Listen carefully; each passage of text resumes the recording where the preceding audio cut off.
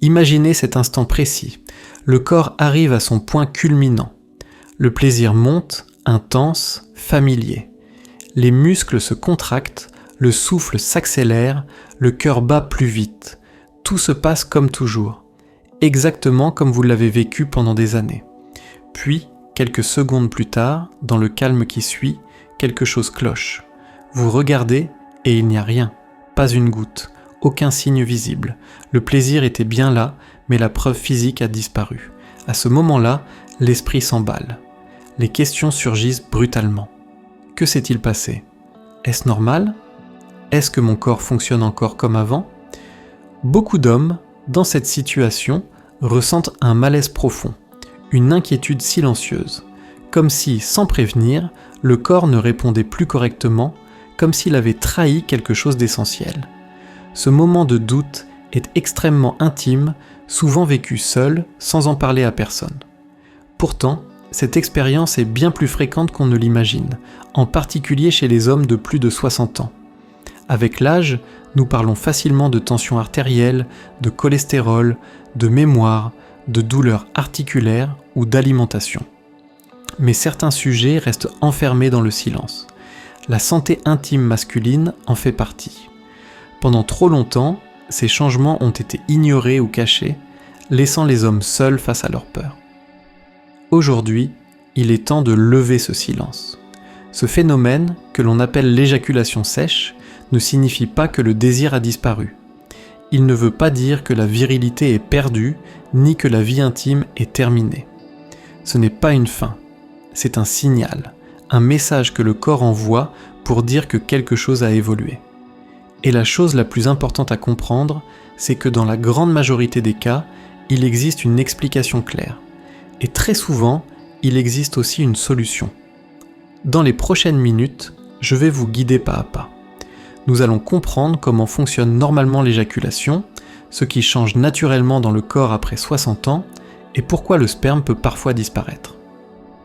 Ce que vous allez découvrir pourrait transformer votre manière de voir votre masculinité et vous redonner une certitude essentielle. Votre désir, votre plaisir et votre capacité à vivre une intimité épanouie ne se sont pas éteints. J'ai entendu ces confidences poépoteux à voix basse. Des hommes au regard fuyant, la voix tremblante, m'avouaient qu'ils évitent désormais toute intimité. Non pas par manque d'envie, mais par peur. Peur que leur partenaire remarque ce changement. Peur d'avoir à l'expliquer. Certains le cachent comme on cache une faute.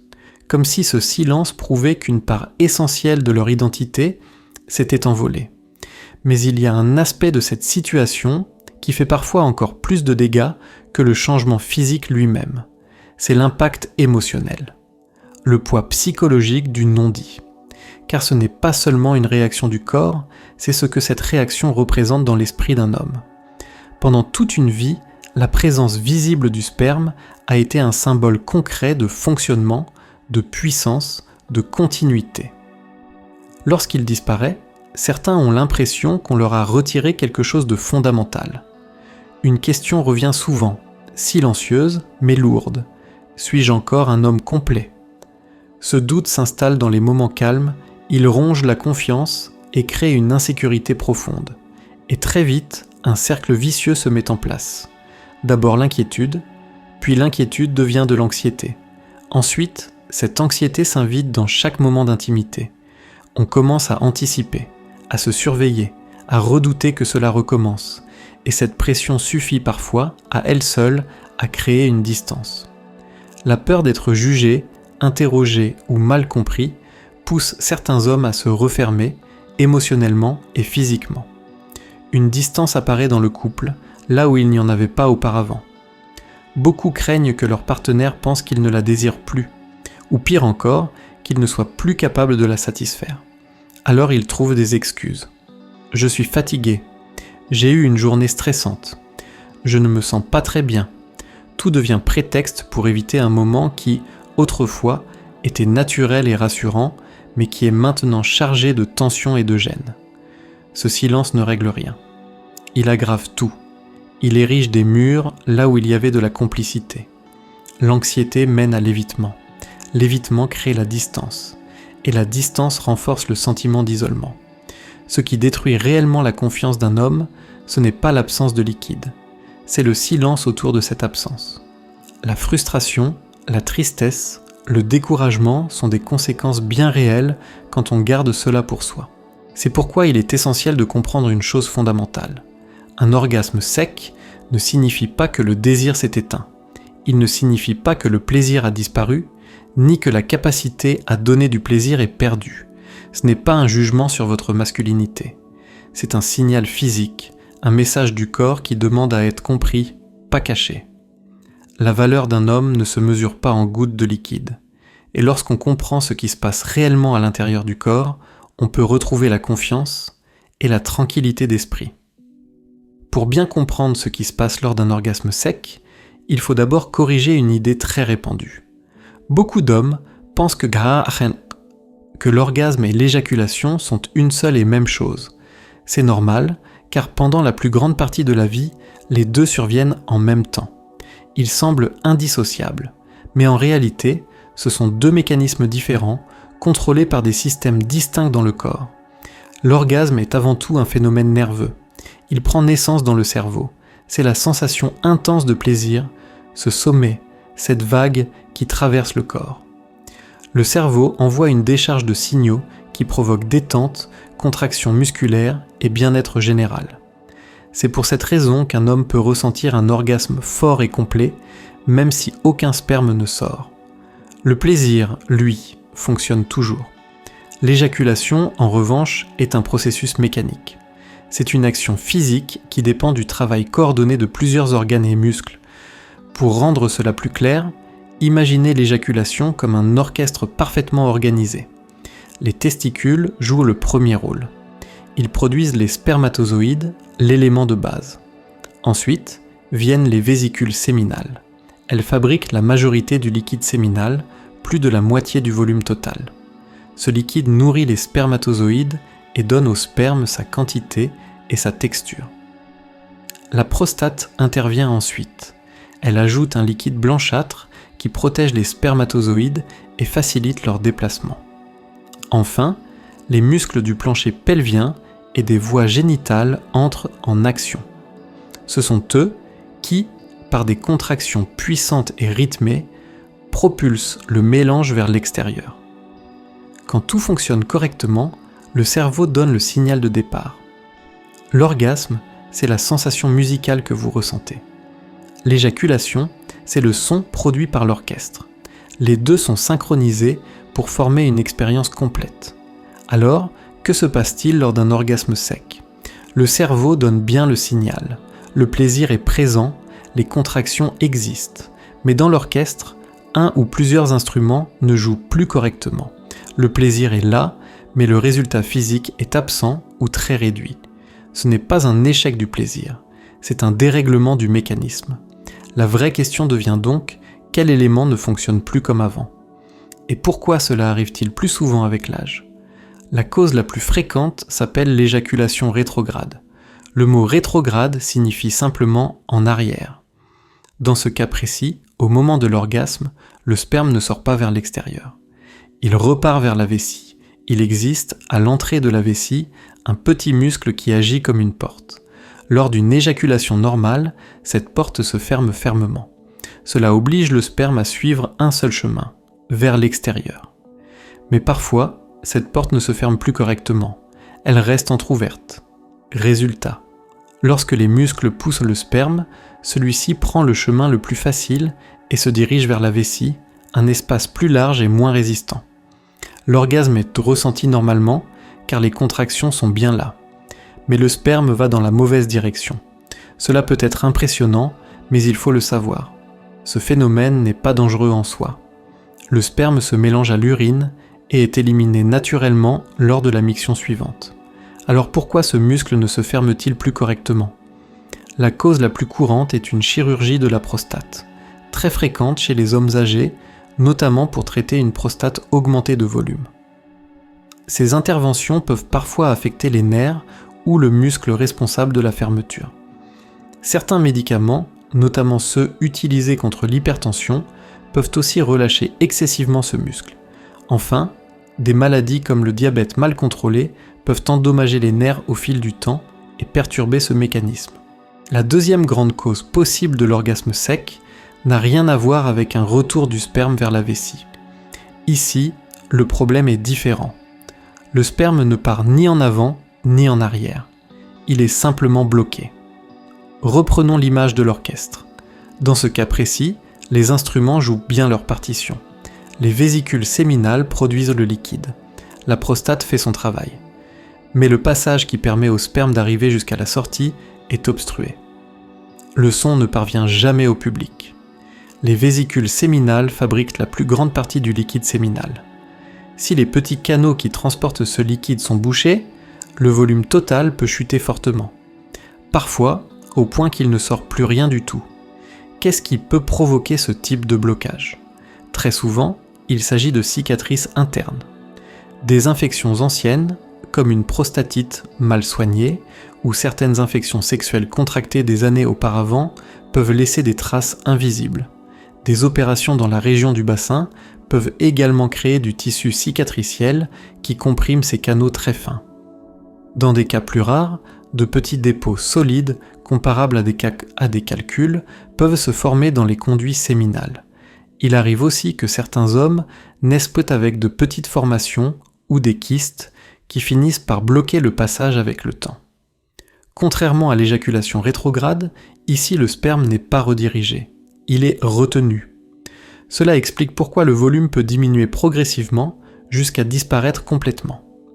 La troisième cause importante concerne les hormones, et plus précisément la testostérone. La testostérone joue un rôle central. Elle agit comme un chef d'orchestre invisible.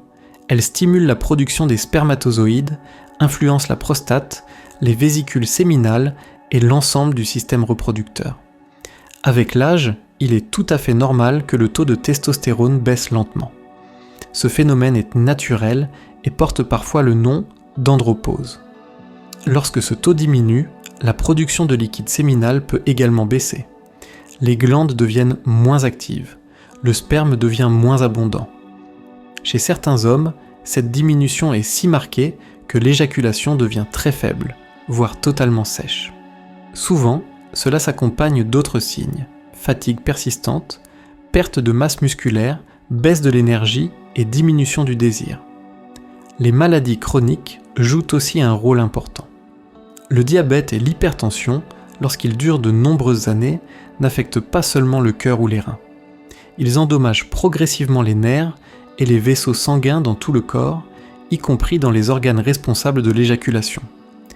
Les muscles peuvent perdre de leur efficacité, les glandes fonctionner moins bien, et le mécanisme global devient moins performant. Dans ce cas, l'orgasme sec n'apparaît pas brutalement. Il s'installe lentement. Il reflète un vieillissement progressif du corps, parfois accéléré par ces maladies de longue durée. Mais il est très important de le dire clairement. Même si l'orgasme sec est souvent bénin et lié à l'âge ou à des traitements passés, il peut parfois être un signal d'alerte. Et ignorer ce signal peut permettre à un problème sérieux de s'aggraver silencieusement. Même si, dans la majorité des cas, l'orgasme sec est lié à l'âge ou à des changements médicaux connus, il ne faut jamais oublier une chose essentielle, le corps parle. Et parfois, ce qu'il dit mérite une attention immédiate.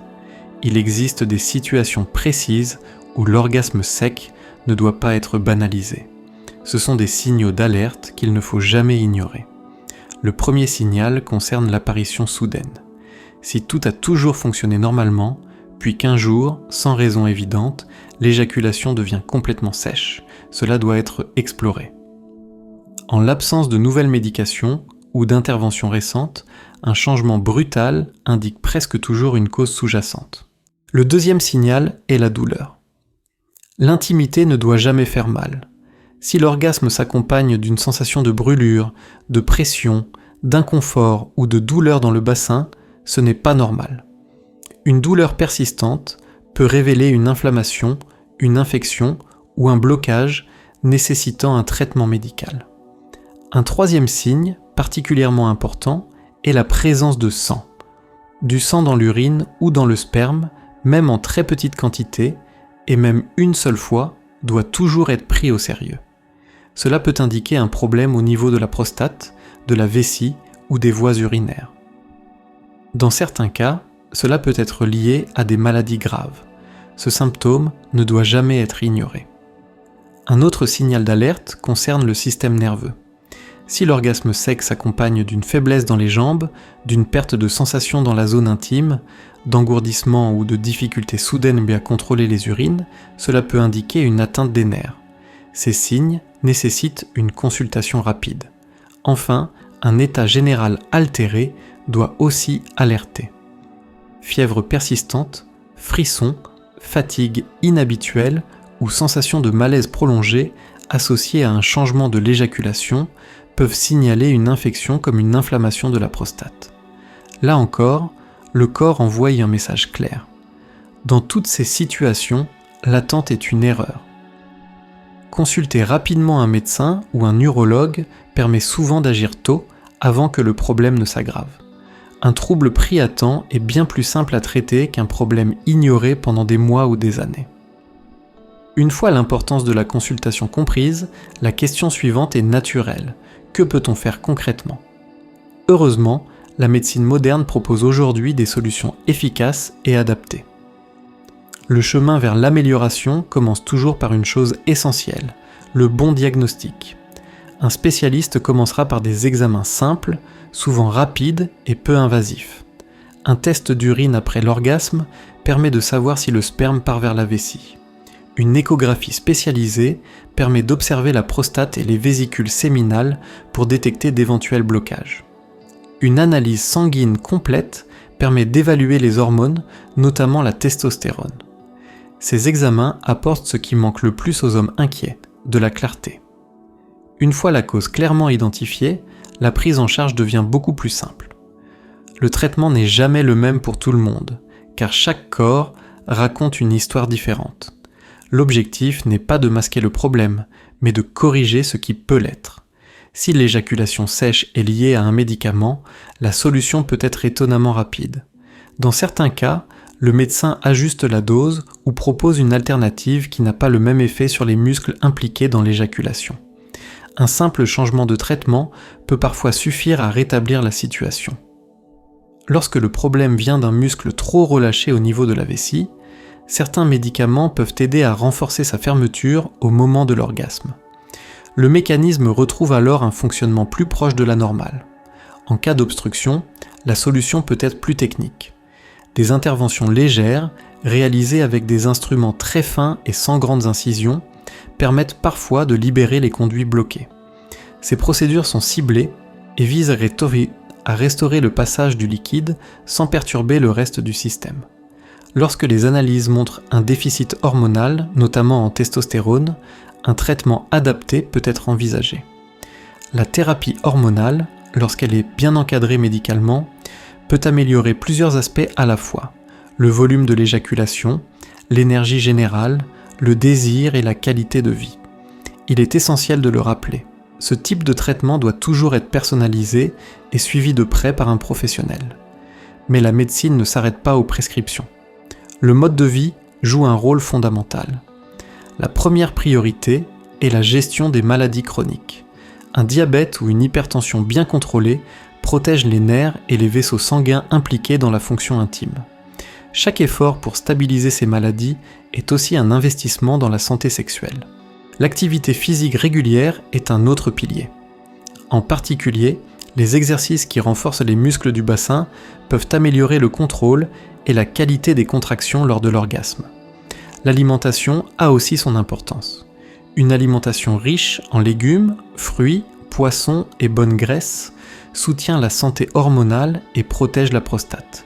Et il y a un facteur souvent négligé, le sommeil. Un sommeil de qualité régule les hormones, réduit le stress et aide le corps à se réparer. Un manque chronique de sommeil affaiblit tout le système, y compris la fonction intime. Enfin, il existe une solution trop souvent oubliée, mais pourtant essentielle, la parole. Parler avec son partenaire peut sembler difficile au début. Pourtant, dans la grande majorité des cas, cela apaise les tensions. Comprendre qu'il s'agit d'un phénomène médical et non d'un manque de désir ou d'amour transforme souvent l'inquiétude en soutien. Lorsque l'anxiété devient trop lourde ou que la relation en souffre, l'accompagnement par un professionnel spécialisé peut être libérateur. De plus en plus d'hommes consultent aujourd'hui pour ces questions, et chaque échange ouvre la porte à des solutions concrètes. Vous n'êtes pas seul, et surtout, vous n'êtes pas condamné au silence. Avant de conclure, je veux vous laisser avec un message clair sans ambiguïté. Un orgasme sec n'est pas la fin de votre vie intime. Ce n'est ni une condamnation, ni une preuve que votre masculinité s'est affaiblie. C'est simplement un signal, un message que votre corps vous envoie pour attirer votre attention. J'ai accompagné de nombreux hommes de plus de 60 ans confrontés à cette situation.